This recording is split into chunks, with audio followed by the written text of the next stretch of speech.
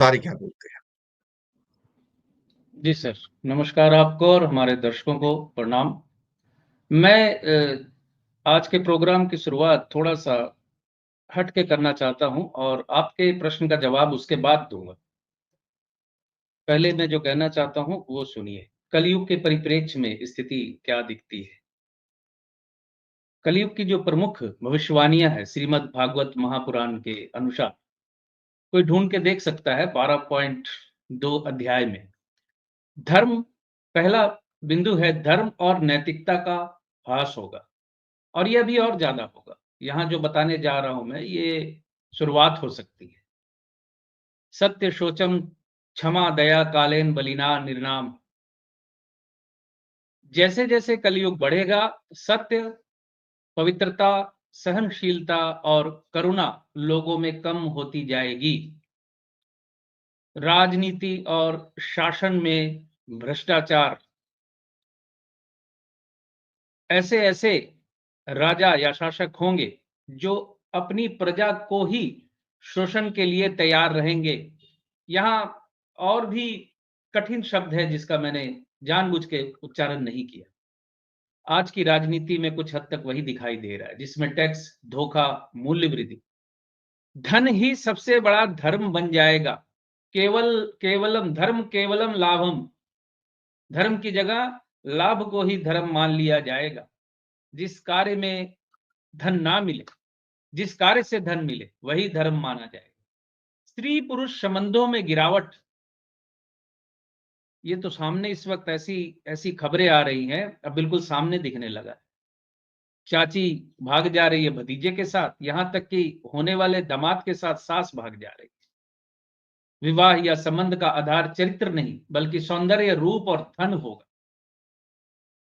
गुरु शिष्य संबंध का पतन होगा। गुरु केवल शिष्यों से धन लूटने वाले होंगे, ज्ञान देने वाले नहीं। शारीरिक और मानसिक रोगों का बढ़ना, लोग भूख, ठंड, गर्मी, पानी की कमी, रोगों से पीड़ित होंगे। आज का यथार्थ है ये। जगह जगह कार्डियक अरेस्ट से गिरती गिरती हुई बॉडीज, जरा ध्यान दीजिए। गौ ब्राह्मण स्त्रियों का अपमान, दुष्चरित्रा ब्राह्मणा, अर्थ ब्राह्मण, गौ और महिलाएं जो पहले सम्मान की पात्र थी, अब तिरस्कार पाएंगी। पैसा ही भगवान बन जाएगा।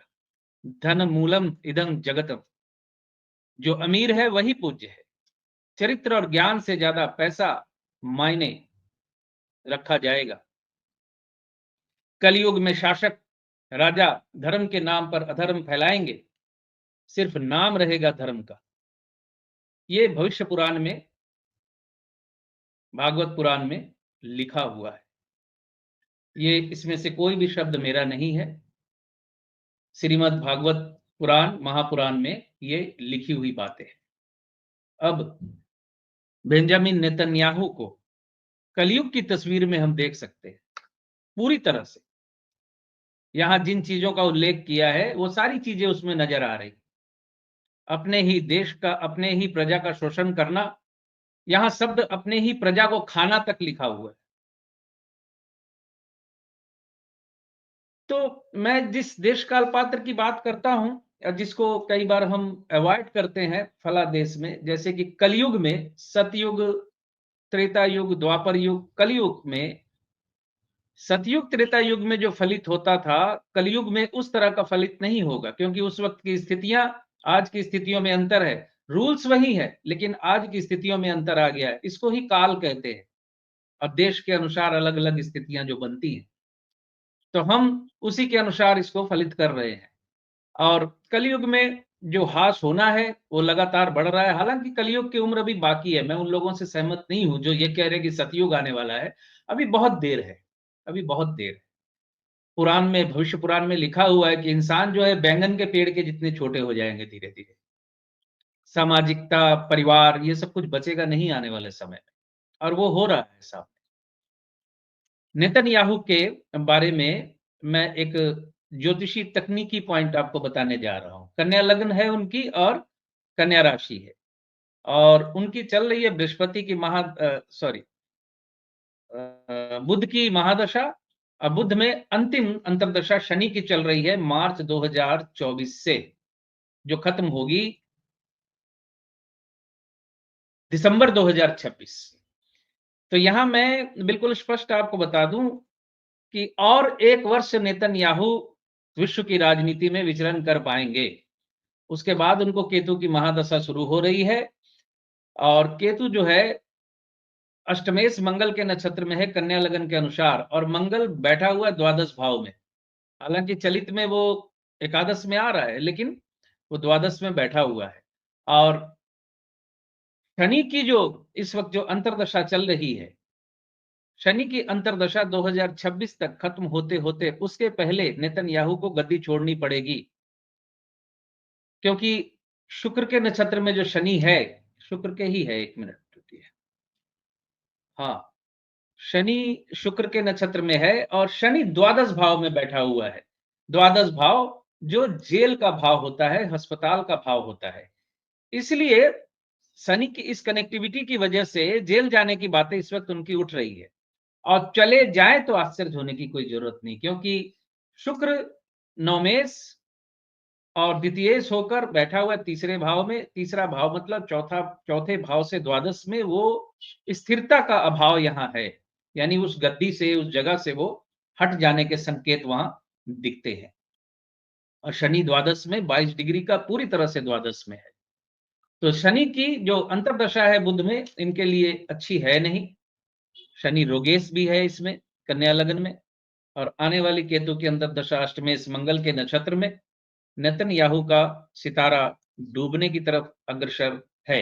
अब हमारे यहाँ नेतन्याहू के बहुत सपोर्टर बने हुए हैं, बन गए हैं बहुत, पता नहीं किस वजह से, मेरी समझ से बाहर है, लेकिन उनको दुख पहुंच सकता है सुन के। इजराइल के इस वक्त के राष्ट्रपति जो है, वो समय काल उनका खराब बदलने वाला है। अंतर्दशा भी उनकी फेवर में नहीं है, और नतीजा तो सामने फेवर में नहीं है। शनि की अंतर्दशा, वो नतीजा तो सामने आ गया। एक नॉन स्टेट फैक्टर को, यानी कि गाजा या फिलिस्तीन पे, जो कि बहुत कमजोर है, गाजा जो है वहाँ क्रिमिनल एक्टिविटी या टेररिज्म एक्टिविटी होती है, वहां हमला करके जीत का परचम फैलाना, और एक सार्वभौम राज पे, यानी एक देश पे हमला करना, दोनों में बड़ा अंतर होता है। लेकिन वो गाजा की सफलताओं से कुछ ज्यादा उत्साहित हो गए, और ईरान ने सख्त जवाब दिया वहां पलट के। और मैं आपको बता दूं, युद्ध नवंबर तक खींचेगा अभी ये, इजराइल और ईरान का। ये जो शांति हुई है, ये शुक्र के स्वग्रही होने की वजह से हुई है। बीच में छोटे छोटे ग्रह भी जो शॉर्ट टर्म मूवमेंट करते हैं ना, वो राशि बदलते हैं, तो स्थितियों में कभी कभी पॉज आ जाना, सीज फायर हो जाना, ये सारी चीजें हो जाती हैं। लेकिन मैं अक्सर ज्योतिष प्रेमियों को कहता हूं कि जन्म कुंडली या किसी की भी कुंडली 80% फल देती है, 20% सिर्फ गोचर का फल होता है। तो दशा अंतर्दशा में जो फल इंडिकेट कर रहा है, नवंबर तक ईरान युद्ध में फंसा रहेगा, और इजराइल भी नवंबर के बाद तक, कुछ देर बाद तक भी युद्ध में फंसा रहेगा।